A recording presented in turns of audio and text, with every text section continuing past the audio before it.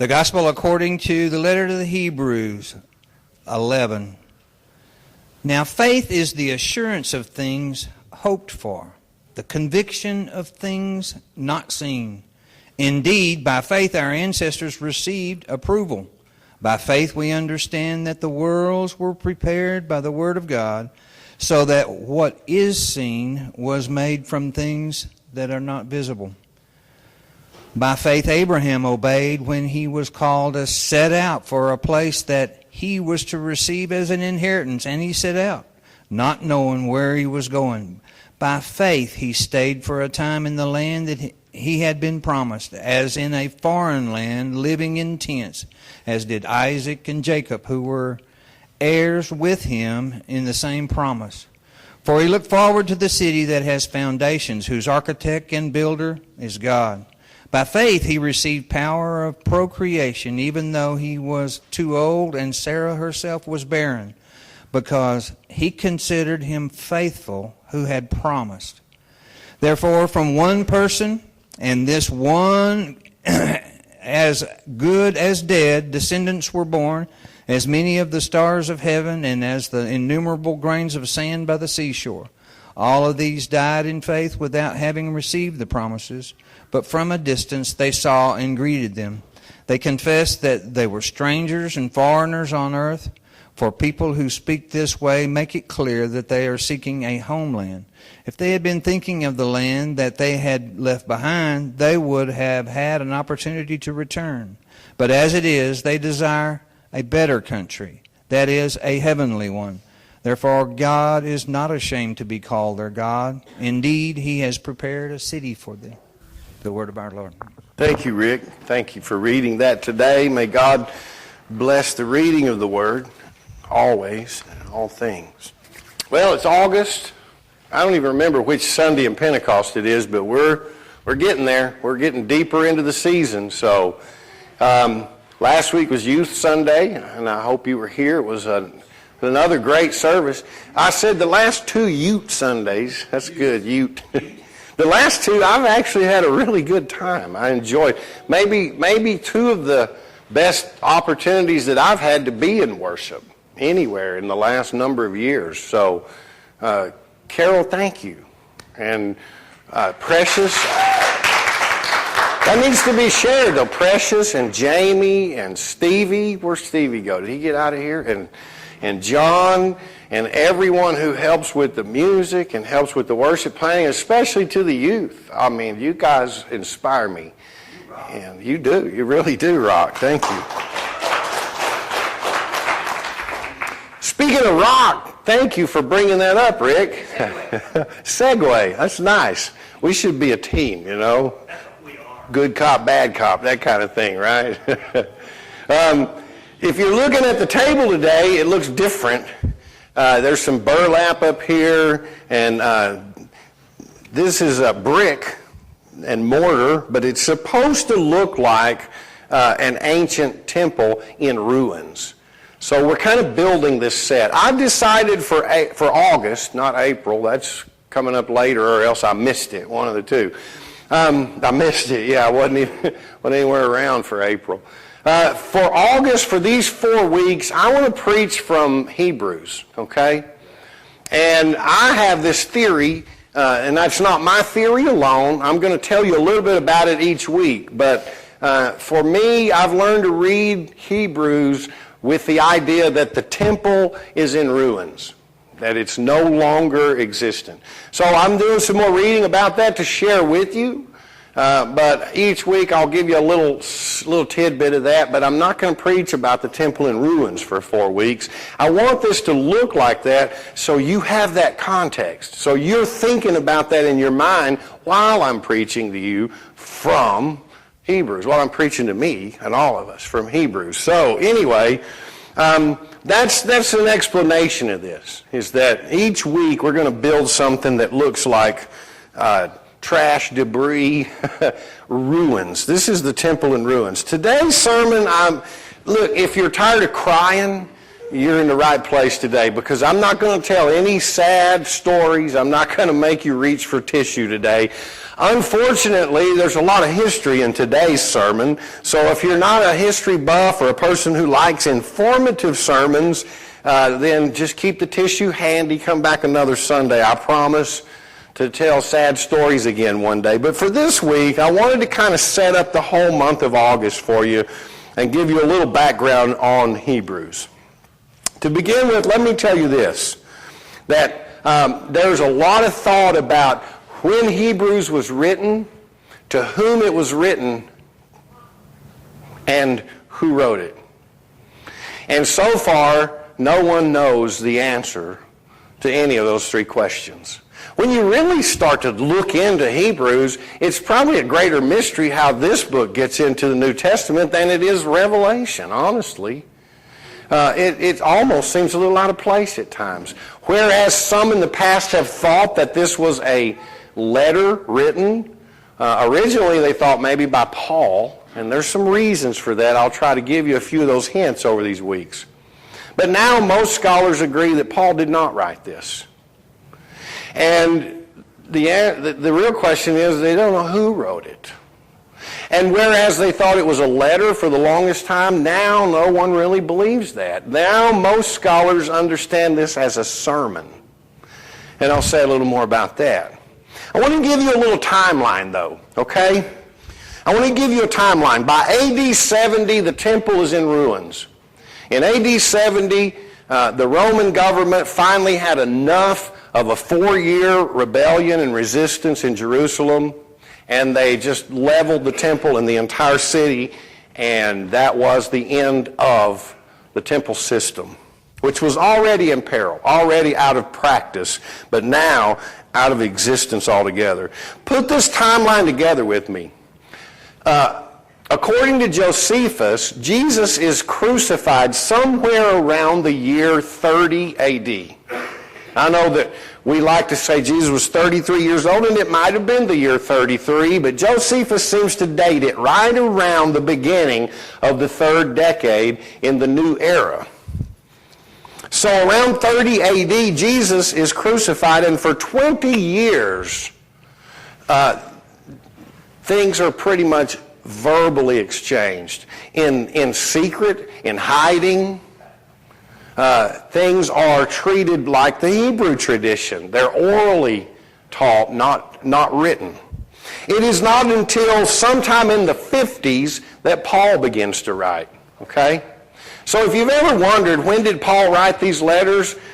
Here, I'll give you something you can never lose. Hang on to this. Imagine Paul in a black leather jacket with a ducktail in his hair singing doo-wop songs.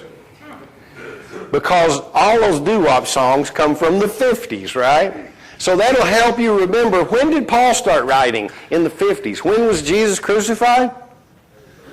Say again? 30, yeah. And when did Paul write? In the 50s. Over 20 years have gone by. During the 50s, Paul writes, and then in the 60s, something really, really significant happens. Paul, and as well as Peter and James, are killed. Sometime in the 60s. Most scholars believed that Paul had written Hebrews for many years, therefore they thought Hebrews must have been written around 60 AD, because Paul would have to have been alive to write it. However, now scholars don't believe that, so they've moved it forward out of the 60s. If it were written in the 60s, the temple would still be here. But most scholars have moved it forward in time now to say it's not written until after the fall of the temple, maybe even as late as 90 or 100 AD. But nonetheless, in the 60s, Paul and Peter and James, 3 of the greatest of the apostles, and 3 of the most energetic in terms of working toward establishing the early church throughout the Roman kingdom, these men are dead, killed and martyred for their cause. Another thing that I want you to know about Hebrews is the reason we don't think it's a letter anymore is because now we have uncovered what a rabbinical sermon looked like. And you can almost take an outline or a template for a rabbinical sermon that would be given on any given Sabbath in the local synagogue, and you can overlay Hebrews, and it follows the same pattern, the same template, the same outline. So the person who is giving this sermon that we call the letter to the Hebrews is someone who knows something about synagogue worship.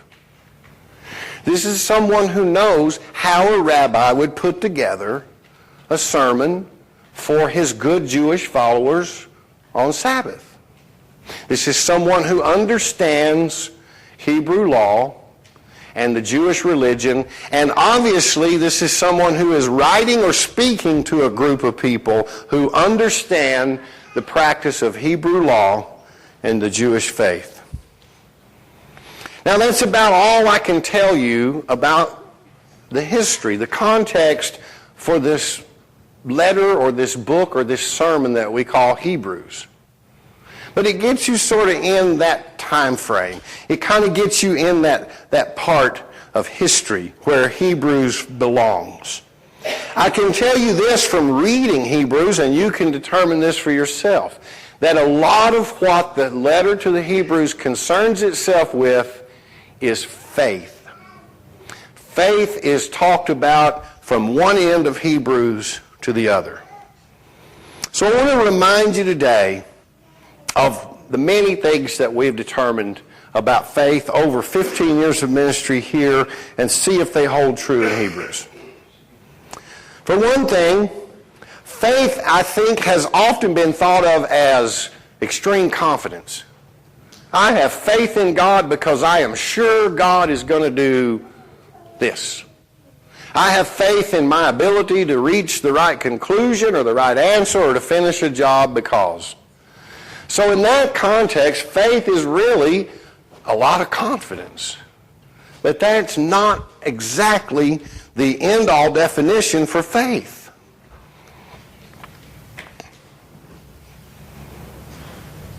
For one thing, faith is not the absence of doubt. You see, the absence of doubt is proof. Once something has been proven, then there's no need for faith anymore. Now it's truth, it's fact, it's a given rule. And we can be sure that we understand how it will begin and how it will end because it's been proven. But where faith lies is in that gray area outside of proof. To prove something is to destroy faith. Because there, again, is no need for faith when something is proven. So doubt is an important element in faith. It's not the opposite of faith. It is, in fact, the ocean in which faith lives. Without doubt, again, there's no reason for faith. And faith is actually everything that we hope for, as we saw in the first verse. Everything that you can hope for and yet have not achieved. That is another area where we recognize faith at work. Evidently, God chooses faith as a way of revealing God's self to people. Now, I'm one of those who assumes that God could do things any way that God wanted to. So why does God choose faith as a way to reveal God's self to you and to me? Now, there are some other possibilities. Perhaps God is not real. Perhaps God is not revealing God's self to the world at all. Or even if God is real, perhaps God is ignoring the world. And I don't believe that either. No matter whether you believe that God is real or not, let me tell you, God really exists in your world. Whether God is real or not, God exists in your world because God has been invited into your world. Now, I'm not necessarily saying that the people who invite God into the world, sometimes that might be me, sometimes that might be you. I'm not saying that all of us who invite God into the world understand God. We may not understand who or what it is that we're inviting. But God is continually invited into the world. Think about it. Every time somebody is unprepared to take a test, they break the no prayer in school rule, because the last thing they say is, God, help me get this test right. God has been invited. Every time someone says, God informed me to do this or that, it's important to pay attention. You may not believe in the God that that person is talking about or hearing from. You may not believe that what God is asking them to do is a godly thing to do. But if someone stands up and tells you, God said for me to take this serious, that person is inviting God into their world and maybe into yours. It may not be God as God truly is, but it is God invited into someone's world, and maybe yours. Maybe yours. Oh, God is most certainly real. Whether God exists or not, we have a God in this world that must be dealt with and must be taken seriously, because people think and experience that God and feel that God, and people share that experience in positive and in not so positive ways with the world and with one another. So as to whether God is ignoring us, I doubt it. The other possibility for God revealing God's self to us would be face-to-face revelation. And in terms of faith versus face-to-face, why wouldn't God do that? We read about it in the Bible. People in the Bible are having these personal and tangible and physical experiences of God. But I want you to remember something. Every time you read that in the Bible, Old Testament or New, it's written to people like you and me who are not having this experience. When you read about Moses seeing God face to face and speaking to God from this burning bush, it's written to you and me because we're not having this experience. Remember Thomas and the apostles? And the risen Jesus appears in front of them, and Thomas is the one brave enough to speak up and say, I don't know. You're going to have to show me proof. And Jesus shows Thomas proof, which again, by the way, sort of negates Thomas's faith now. But remember this, that when John's gospel writes about that experience, it's written to you and me, people who are not having this experience.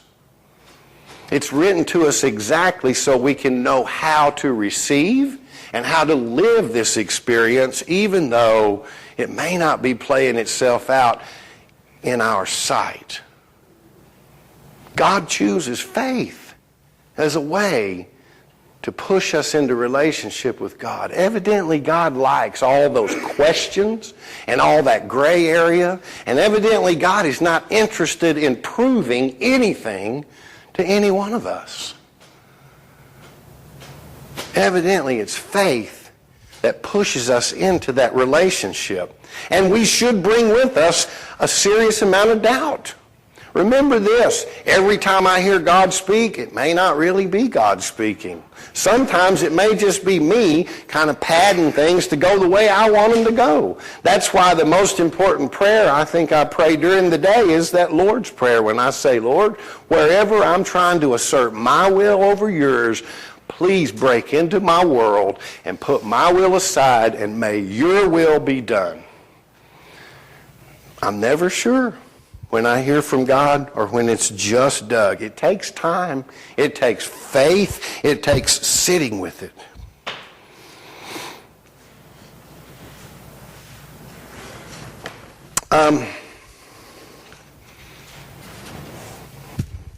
Nothing really changes until it has to change. Do y'all understand what that means? It means, like Richard Rohr says, that as long as your game is working, you'll keep playing that game. As long as your explanations are working, you'll keep using those. As long as your understanding of God gives you a comfortable foundation on which to build your faith, you'll hang on to that understanding. Nothing changes until it has to. And here's something really frustrating. Everything changes sooner or later, whatever you're the most comfortable with is going to have to change. And you're going to be called upon to let it go. Maybe one of the reasons why the temple in ruins is so important to this matter of faith is because it took the temple to be completely destroyed and in ruins before this new group of folks who had identified themselves with another way could break free from the Jewish bonds and roots and foundations to say, we are not Jews, we are something new. Maybe the temple had to be in ruins before people could pick up something new and not try to just reinvent the old. There's this book that, if you ever had a chance to read, I would recommend it. We read this in our ethics class in seminary. We read it because the author, David Bentley Hart, who is a professor at Duke University, or was then, was a personal friend of our ethics professor. So that's how a lot of texts make it to class. If the professor knows someone who wrote a book, you're probably going to read that book. But this book, Atheist Delusions, actually identifies the early Christian movement as the atheists, because these are people who had stopped believing in the Roman pagan temple system. These people said, I'm not going to that temple to Zeus or to Aphrodite or to Mithras. I'm staying away from there. There's no need for me to be there any longer because I don't believe in those gods anymore. So we really kind of started at a foundation of atheism. Remember that great sermon Scott preached about embracing our atheism, letting go of what we thought was God so that something new could happen? That's really what we're talking about today. Another thing that Hart says in this book, though, is that Christianity hit at just a perfect time. That the temple, the Hebrew temple, is destroyed within, 40 years of Jesus' existence? And then the Roman pagan temple system is crumbling and failing. You see, people in the affluent Roman society, listen to this, because this might explain some things like empty chairs today. The people in the affluent Roman society no longer saw a need to go to their local churches. I mean, the gods weren't powerful in terms of meeting their needs because they weren't real. And there was no longer a need to give sacrifices or money at the temple. People got complacent. They got successful. Their game was working. And they quit going to church. And guess what happened to the church? Well, we're building it. It fell down. It fell down. When people quit coming, we quit having church. That's the way it works. But he says in this environment, Christianity presents itself, a perfect time to take root and grow. I need two people to bring me this table right here. So here's what I want to do. Since we're building this temple of ruins up here, today I want to give you a chance to be more responsive to this text. Maybe not this sermon, but to the text. Just right in the front, right here. Bring it right here. Thank you. You can take that top sheet off, not the bottom one. That would be disastrous. Thank you. Thank you. What is it? What is it in your life that needs to go away so that God can make something new happen? And what is that thing? I once heard of a clay pot shard ceremony where what you did was you took this little clay vessel and you wrote on here something that made you really special. Your greatest gift that God had given you. Or maybe today I might suggest that you might write on here something that God has become to you and has never failed you. Never failed you. Remember my story? God answered all my prayers till I was about 50 years old. That's a stretch to say. But it was really this nice exchange until one day I pulled the rope and God didn't dance. And I've learned since then that I don't want that to happen again.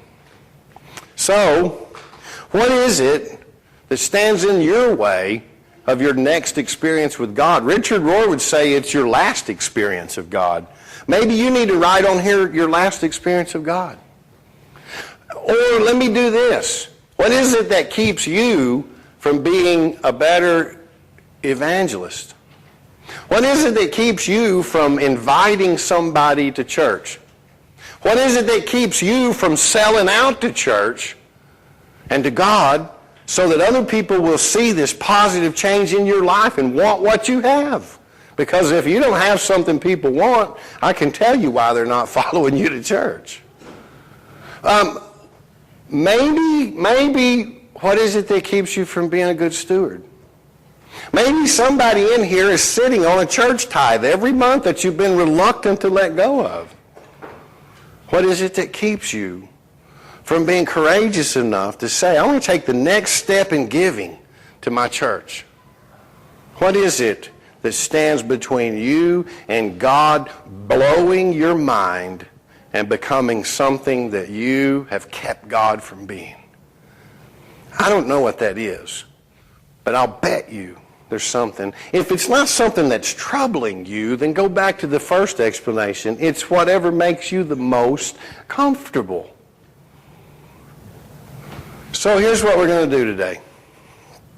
During the response time, you can, if you still want to write a card, you can use that. But I want you to come up here if you choose. You don't have to. But you come up here and take one of these little clay pots. By the way, you don't get to take one of these home. I want you to love it enough to take it home, but you're going to leave it here because we're going to continue to build our temple in ruins with these. So you come forward and you write whatever you need to write on this pot, or you draw it, or you just color it and let it, somehow the colors express your feeling in your heart. And then what I want you to do with it is to take it right over here. But you bring this pot up here and you give it to Jamie after you decorate it or write it, and she's going to take this block and she's going to help this to become the dust and ashes out of which God will build new things and new faith in our life. We're living out your sermon, Scott. We're going to bring our beliefs and put them on this little pot, and after it smashes, we're going to start from atheism, ground zero, and rebuild from there. So we're taking your sermon quite literal today. So, that is your task. If you don't understand it, don't worry. Just do whatever you heard, because God is in the mystery, and all things are God's. Would you pray with me?